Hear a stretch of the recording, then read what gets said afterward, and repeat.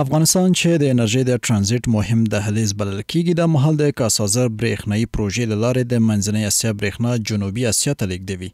د افغانستان برېښنا شرکت وین قاری محمد صادق حق پرست وایي د هیواد په شمال ختیځو او ختیځو ولایتونو کې د کاسازر سیمه‌ییزې پروژې چارې 15% بشپړې شوې دي او ټاکل شوې ده چې د یادې پروژې چارې د 2020 زیږدیز کال تر پایه بشپړې شي. نوموړی دغه زیاتوي په دغه پروژه کې ګڼ شمېر هیوادوال ته کاري زمینې هم برابرې شوې دي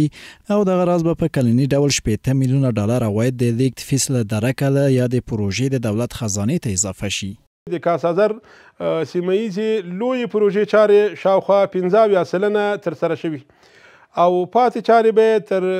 په 3 لاټونو کې په چټکۍ سره روانې دي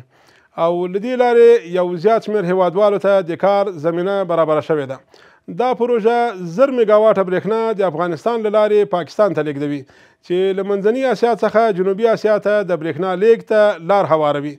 او په کلني ډول به 80 میلیونه ډالر عواید د ترانزیت فیس له درک افغانستان ترلاسه کوي.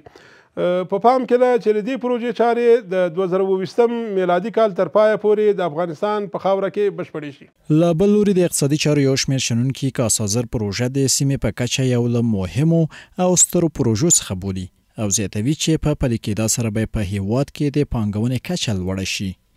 کاسازر یو د هغو غټو پروژو څخه دی چې کولی سي په هیواد کې د اقتصادي او سیاسي برخه کې ډیر ګټور تمام سي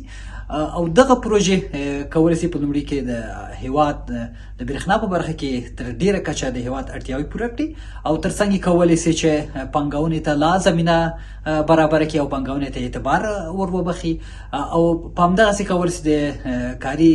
فرصتونو برابرول په برخه کې مؤثر وي او تر هر څه نه مهمه کولی سي چې د سیمې په کچه یو منظمه سیمه‌ییزې همغږي رامنځته کړي. د کاسازر پروژه د افغانستان لپاره یو تاریخي فرصت ده. دا پروژه افغانستان له انرژي واردونکو هیوادونو سره نښلوي او زموږ د انرژي د کمښت د جبران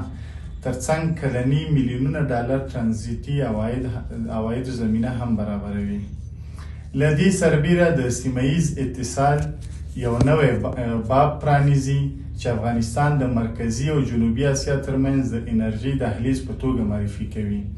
کاسازر د افغانستان له لارې پاکستان ته د قرغیزستان او تاجکستان برېښنا لیږد پروژه ده. د ویلو ده چې له دې پروژې څخه به پاکستان 1000 میگاواټه او افغانستان 300 میگاواټه برېښنا ترلاسه کړي.